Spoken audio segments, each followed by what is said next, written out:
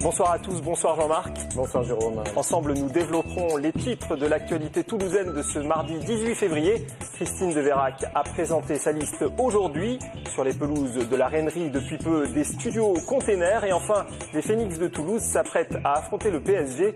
Il s'agit de handball, bien sûr.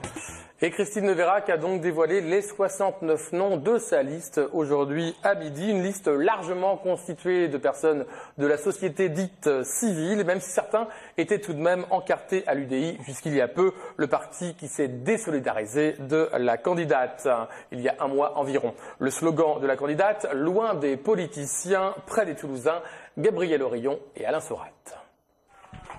Pour présenter sa liste, Christine Deveyrac a choisi l'arrière-salle du bar Le Dubliner. Rien d'anodin, le propriétaire n'est d'autre qu'un de ses colistiers, Bernard Penant. Étudiant, jardinier, chef d'entreprise, la candidate de l'alternative responsable a voulu une liste composée exclusivement de membres de la société civile. Objectif affiché, couper avec la politique traditionnelle. Simplement, c'est des gens qui ne sont pas dans une logique de parti politique. Moi, j'ai choisi chacun d'eux en fonction des compétences qu'il a, des qualités de terrain qu'il a, et absolument pas parce qu'il appartient à tel ou tel parti. Et d'ailleurs, nous avons sur cette liste, si vous interrogez les uns et les autres, des gens, en revanche, de sensibilités politiques différentes. Il y a des gens de sensibilité de gauche, il y en a qui ont une sensibilité plutôt au centre, d'autres à droite. L'essentiel, c'est que ce soit des gens compétents et de terrain pour notre ville de Toulouse. Officiellement, aucun des 69 colistiers n'est encarté. Pourtant, le spectre de l'UDI plane toujours. Éric Mouton et Céline Sandrin, respectivement numéro 2 et 3, sont tous deux issus du parti centriste.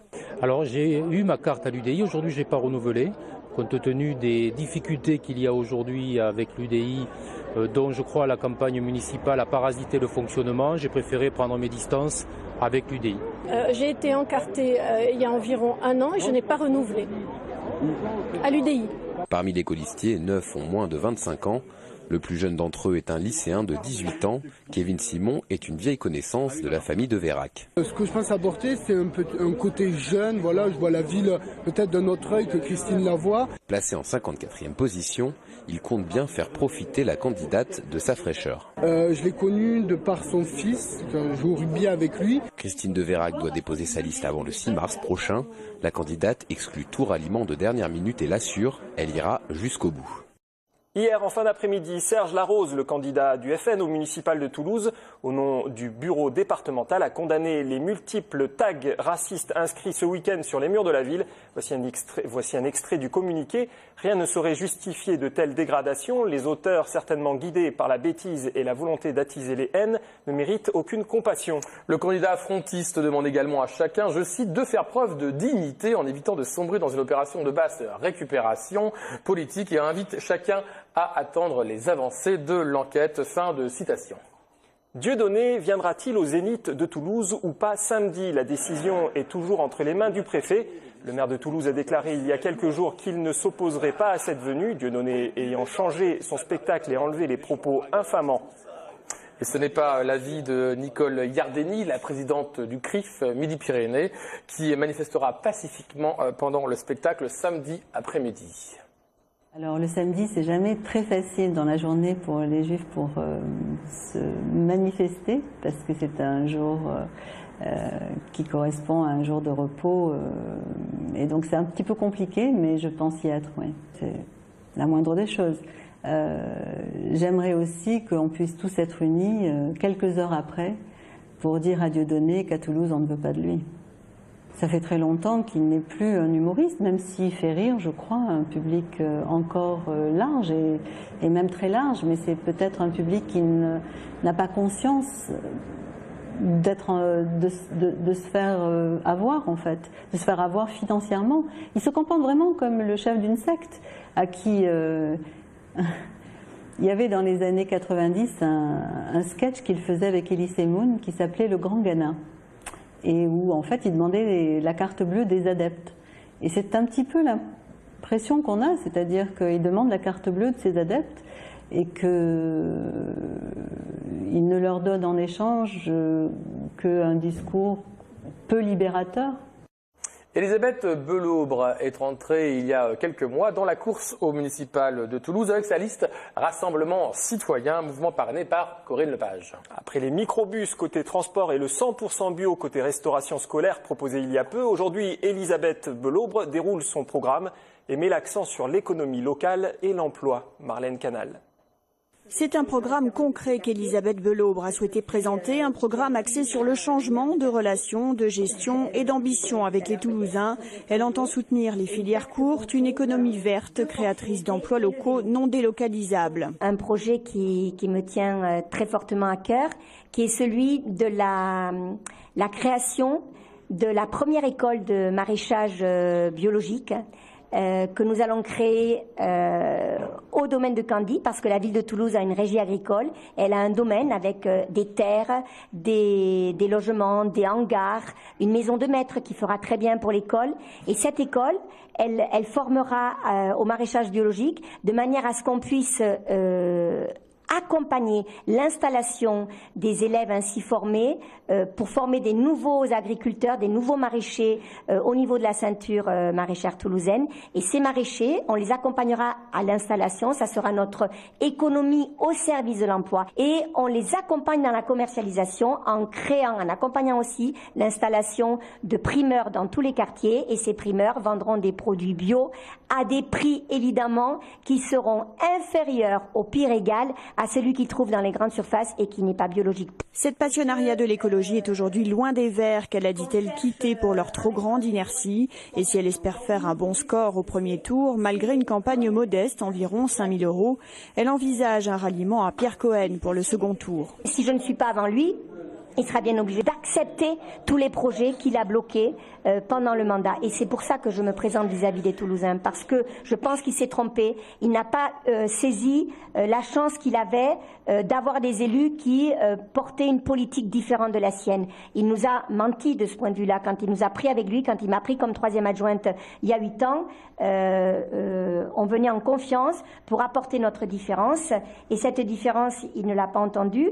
Il l'acceptera parce qu'il nous prendra avec nos projets, avec notre ambition. Des projets comme celui-ci, il y en a une trentaine, avec un focus sur la culture et l'éducation et la remise en marche de l'ascenseur social. Chaque école doit avoir son annexe de culture avec du théâtre et de la danse. Elle envisage aussi la gratuité de la moitié des places du théâtre du Capitole et de la Halle au Grain, qui sont financées à 90% par la ville.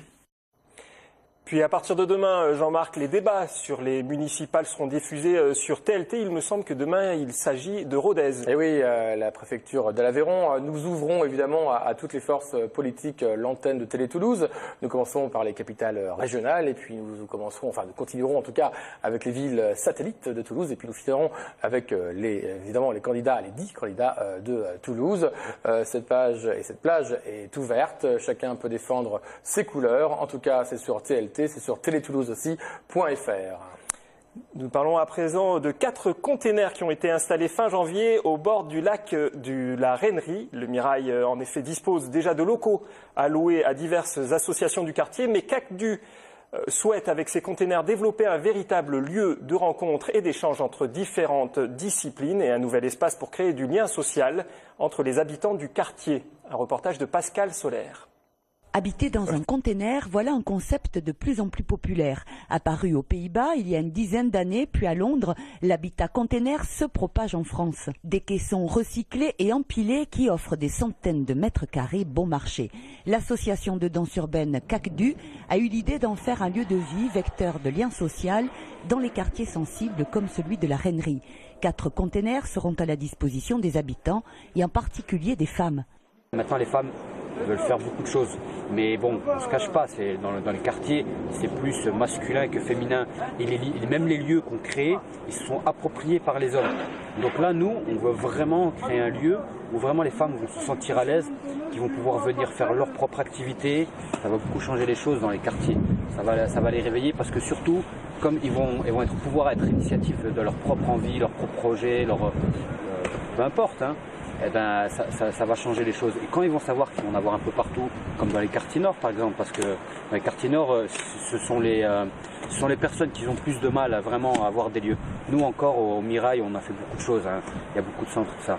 Mais récemment, nous on est parti dans les quartiers nord, c'est très difficile, ils n'ont vraiment pas de lieu, quoi. Alors demain, on peut leur mettre un truc comme ça, mais il faut que ça soit le double, quoi.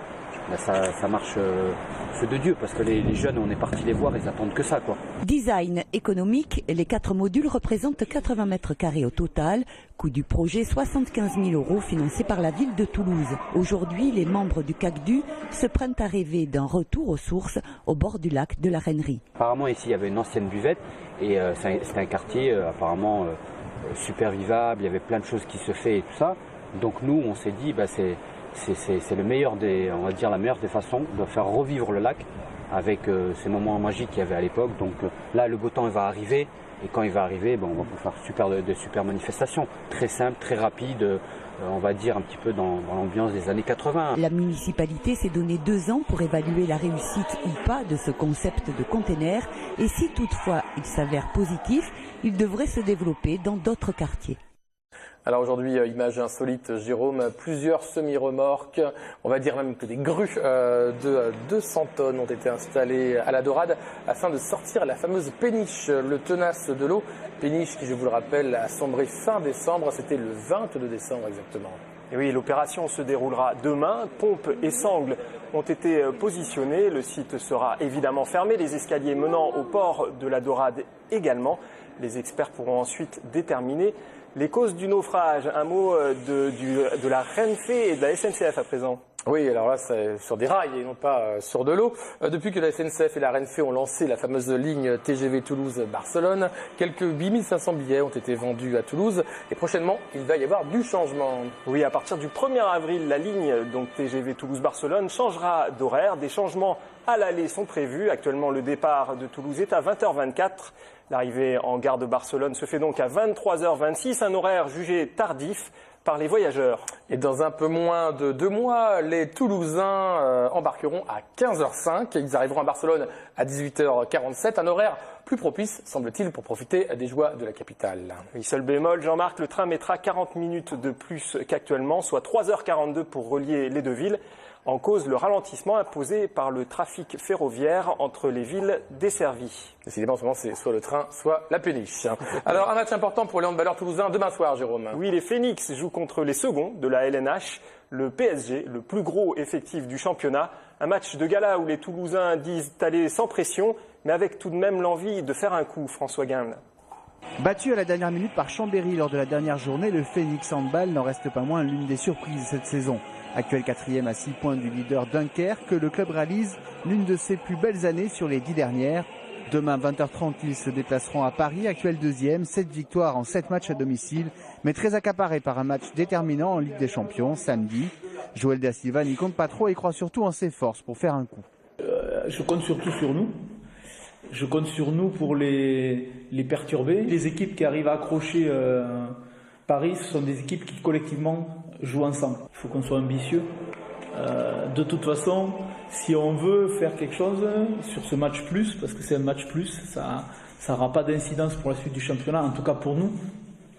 Il faut qu'on le prenne avec délectation. Délectation, un mot nouveau au Phoenix avant d'aller défier un gros de ce championnat. 5e attaque et 5e défense. Le club se découvre ambitieux là où à la même période l'an passé, chaque point comptait en vue du maintien. C'est vrai que se retrouver au mois de février à être engagé encore en Coupe de France, jouer 4e du championnat et avoir des matchs très importants à jouer tous les week-ends, et pas ceux de se dire bon, il faudrait qu'on essaye de gagner là, comme ça on prendra un point.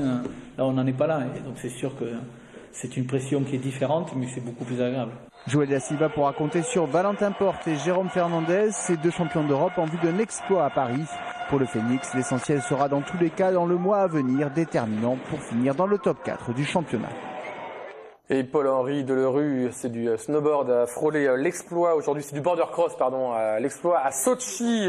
Malheureusement, il a terminé 4e. Alors souvenez-vous, il y a un mois à peine, il était plongé dans un coma artificiel suite à une terrible chute.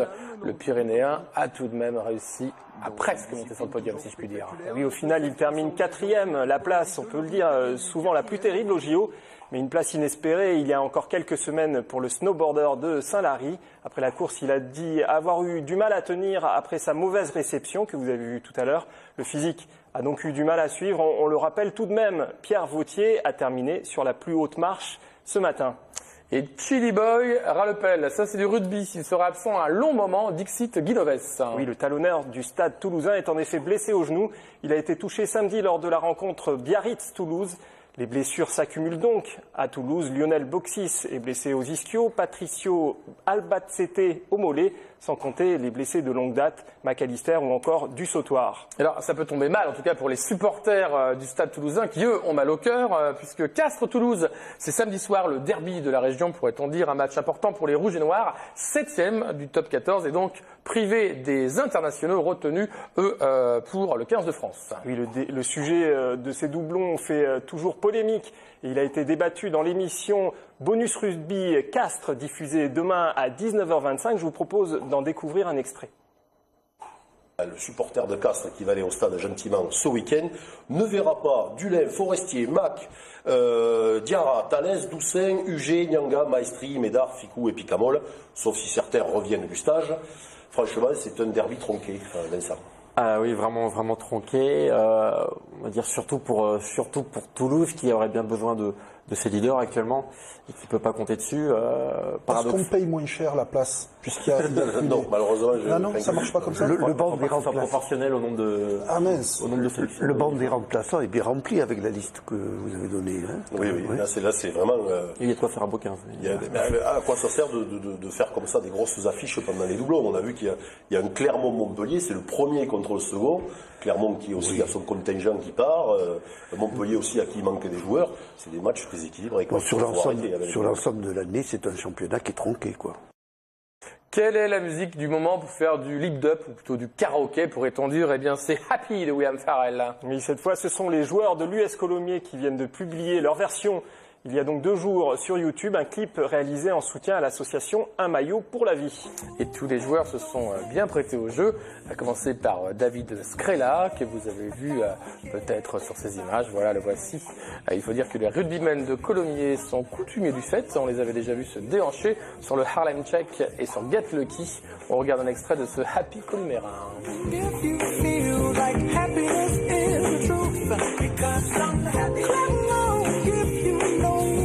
Happiness is to you, because I'm happy. Clap along if you feel like that's what you want to do. Here come bad news, talking this and that. Yeah. Well, give me all you got, don't hold it back. Yeah. Well, I should probably warn you, I'll be just fine. Yeah. No offense to you, don't waste your time. Here's why. Because I'm happy. Clap along if you feel like a room without a roof. Because I'm happy. Clap along if you feel like happiness is the truth. Because I'm happy. Clap along if you know what happiness is to you. Because I'm happy. Clap along if you feel like that's what you want to do. Puis avant de se quitter, Jean-Marc, je vous ai vu danser, Jérôme. Oui, exactement. Puis avant de se quitter, donc Jean-Marc, quelques idées sorties. Oui, avec les enfants, on peut aller voir un film qui s'appelle Minuscule. C'est un film sans parole et sans dialogue, mais très réussi. C'est l'adaptation cinéma d'une petite série télévisée concernant des insectes. Et on s'aperçoit que dans le microcosme des insectes, il se passe beaucoup de choses. Il y a aussi Jack et la mécanique du cœur. Y aura-t-il un chanteur derrière ce film? Oui, c'est le chanteur de Dionysos. Et je crois qu'il y a la voix également de Olivia Ruiz. Décidément que des chanteurs. Voilà, en tout cas, le spectacle à voir demain, c'est la péniche qui se soulève et qui sort de l'eau. Merci Jérôme. Bonne soirée à pied alors Jean-Marc. Ouais. Bonne soirée à tous.